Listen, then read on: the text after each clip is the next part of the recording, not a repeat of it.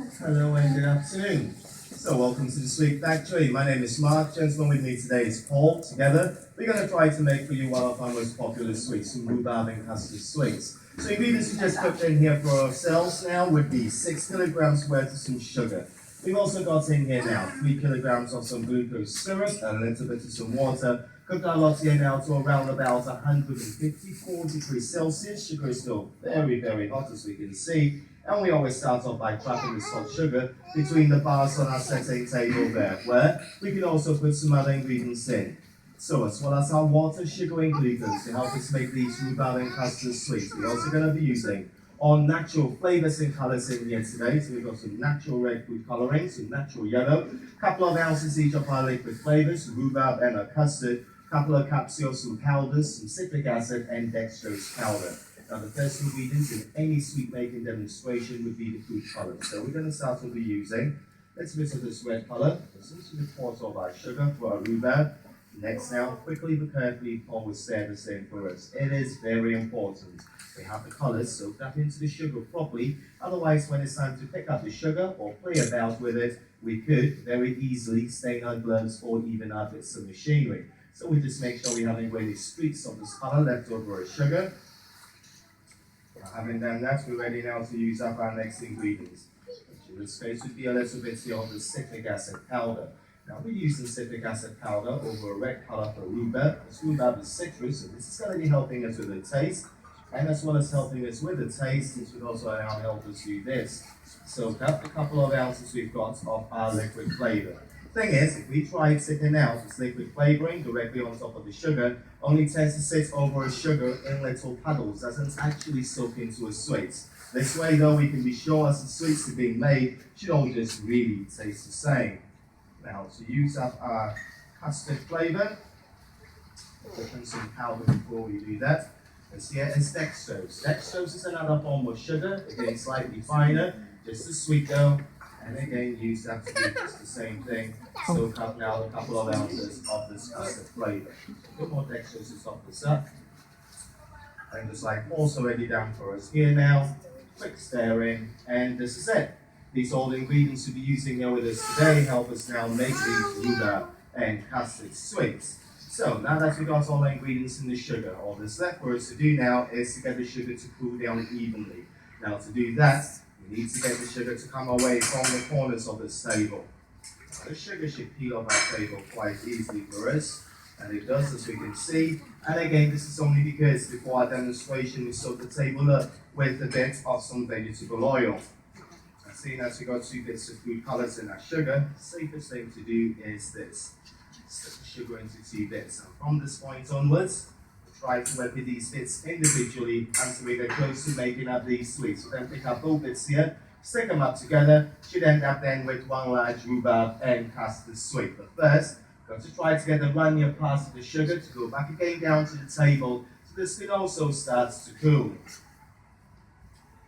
And we'll just leave the sugar on our table now to cool for a bit. So the sugar came off the fire at 154 degrees Celsius. The temperature of the sugar here now though, already somewhere around about 130 degrees, and this would only mean very, very quickly the sugar is losing quite a bit of heat. Now the sugar is only losing this much heat this quick because of the table we're working on down here. This is a cooling table. Now we call this table the cold one because we've got very cool water. Now coming down here through these pipes, the pipes go beneath the table. This water is then sipped through the thickness of our table here, making now again the bottom parts of the sugar lose a lot more heat very quickly, again as compared to the top runny parts, as we can see here already. Intend then to cool the sugar evenly. Each time we pick the sugar up, we're going to try to fold it in. The coolest parts of the sugar being the bottom here now, always into the center of each fold. In this way we can be sure, as the sugar cools, it's going to be cooling evenly. Because now it's important we don't end up having any hard or surface of sugar in the boil. So sugar, warm in the state, as you can all imagine, is also very, very sticky. The sugar has a habit of getting stuck through our gloves or any cool bit of machinery it's going to come in contact with. And because of that, we've already coated everything in here with a bit of this powder. The powder you see me using in here now is Italian talc. Italian towel here is actually non-scented, it is food safe, and again you're responsible only to coating our gloves, our bits of machinery and tables, making it now slightly difficult to have the sugar stack or set into it. So the sour powder on my gloves and sugar will also help us do this. Get the sugar, much larger cooling surface area in 10 should also help us speed up our cooling process. So over and over again in here, simply fold the sugar in onto itself because now we need to make the sugar temperature right down to somewhere around about 65, 70 degrees Celsius. So here, we don't have any probes to the start of our process to help us determine what the sugar temperature here is now. So this next bit we actually do by feeling from experience. So we both know in here, when the sugar starts to feel a bit like Play-Doh or plasticine, it should be indeed between 65 to 70 degrees Celsius. Now knowing this, what we're really doing in here from time to time is having a feel of our sugar. When we think the sugar starts to feel the parts, a bit like Play-Doh or plasticine, we'll simply get the sugar off the table and continue to work with it elsewhere. So it looks like Paul's with the sugar is just about ready. He's going to move that sugar down into the other table. Other table there is the hot one. Hot table there lays opposite to the cooling table here. And that table should now help us keep that sugar warm, nice and soft, again between 65 to 70 degrees Celsius. Now my sugar is just about ready. This is what the sugar feels like at this high temperature. 65, 70 degrees Celsius, sugar is not as runny as what we would think. In fact, like I said before, sugar here has the texture of Play-Doh or plasticine. Sugar here is just right, just perfect to start to take on different shapes and sizes, help us make this sweet.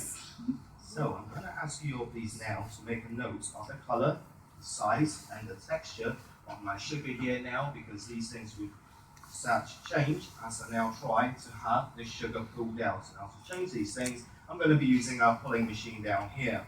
And using this, it's a little tricky sometimes, so just bear with me. Need to have the sugar wrapped around a couple of these bars here. Have the bars spinning round before the sugar sifts back up again. So we'll give it a quick go, see what happens. And all we're trying to do here now is have the sugar aerated. Now we're now trying to trap air into the sugar whilst the bars are moving about freely. The trapped air in the sugar here now is going to be responsible for two basic things. The slight change in colour, we'll just start to see building up here in a minute. And as well as the slight change in colour, we're also expecting the slight change in texture. Because once this egg is strapped to stack in the sugar, this can come back out again. This is also helping us now get the sweets we're making go crumbly or crunchy when you're ready. So the more times we have our sugar pulled out then, the lighter the colour will become, much crumblier or crunchier sweets to be as well when you're made. Now, I'm going to need to carry on getting the sugar pulled out. We need to make sure we're giving ourselves an even change in colour and in texture before we carry on with the sweet making demonstration. So a few more turns in.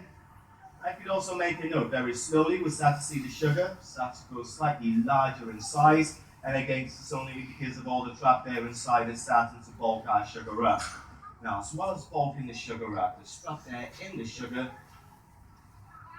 is also starting to cool the sugar down. And that's why sugar here is starting to look a little bit stringy. Just need to help the sugar along, so I just want to reset the sugar around these bars.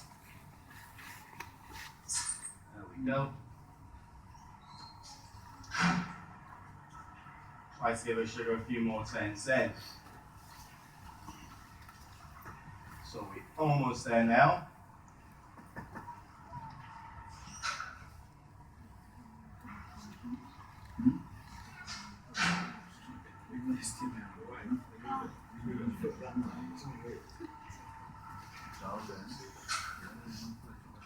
And we're good.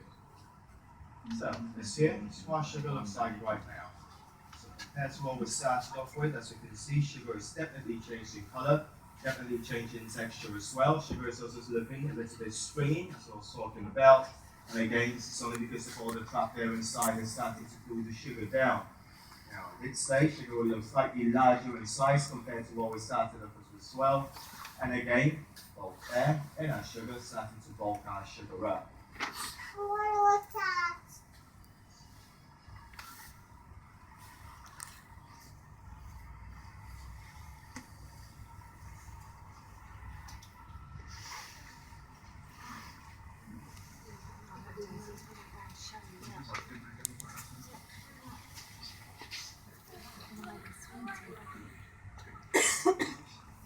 So again, the sugar is looking very stringy. The sugar is also lost quite a bit of heat.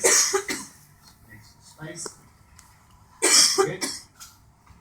Very quickly next now, down to the hot table where going to need to get rid of some of these lines and glue sack into the sugar by a pulling machine. Now to do that, what the sugar would need is a very simple kneading in. So kneading in the sugar, so you scratch the top out of our sugar, kneading me now with this, nicely chocolate coating for the top out of our sweet.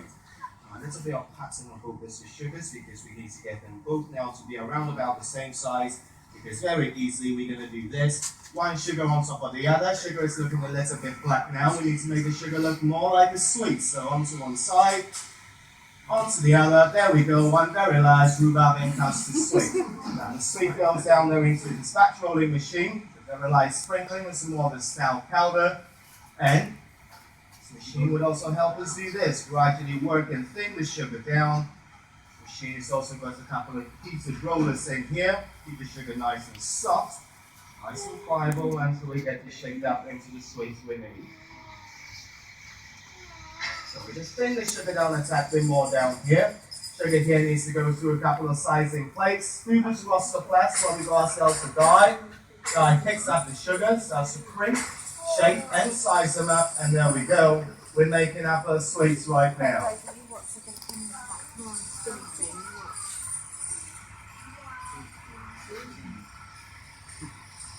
So a 6 kg bowl like we're trying to make for you now could actually help us produce up to 1,000 individual sweets during a demonstration like this one.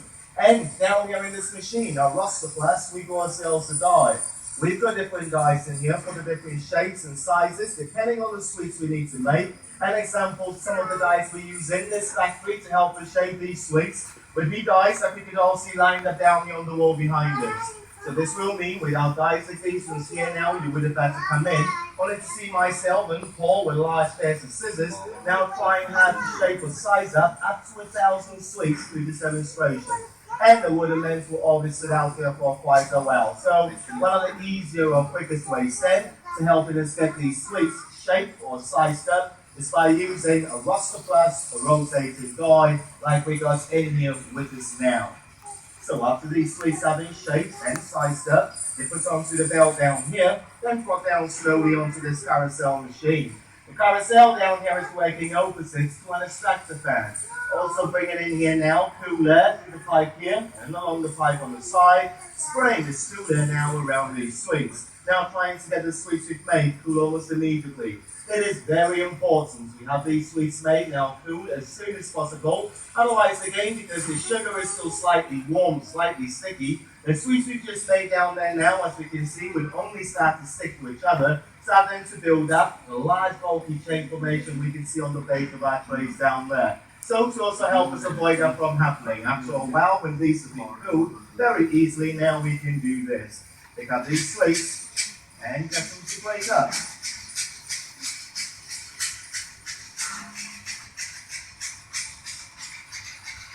And this is so we can be sure the sweets we have made in here then have come out in fine individual bits.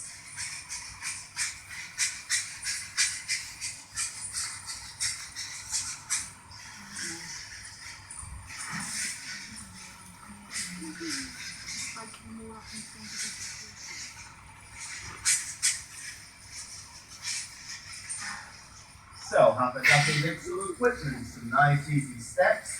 Still a very, very simple process, and our sweets are just about ready. But just before we start to come out with a few of these sweets, before you start to help yourselves, a little word of caution. So sugar here, I've been saying throughout the demonstration, when warm is for a habit of getting stuck to anything cool it comes in contact with.